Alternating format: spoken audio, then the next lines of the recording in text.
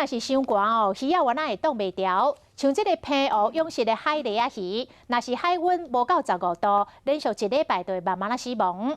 这业者为着要顾这鱼仔的性命，想出像这个过境鸟潜水的办法，把这个养殖的海鲢仔拖到外海避寒4个月，减少损失。 这看起来真健康的海鲢仔，伫伤亡内面看起来状况袂歹，确认好了后，煞来就要进行今仔日的搬厝的作业啊。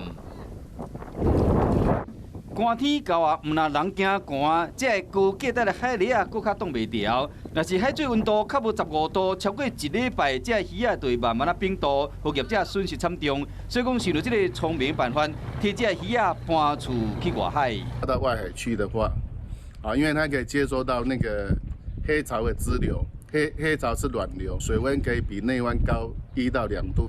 就跟咱过冬照共款，替这鱼仔找较温暖的所在，要搁要搬这物件嘛无简单。过程中，搁袂使将这鱼仔缀着伤，两台船你拖，爱慢慢啊拖，以免这鱼仔缀袂着阵。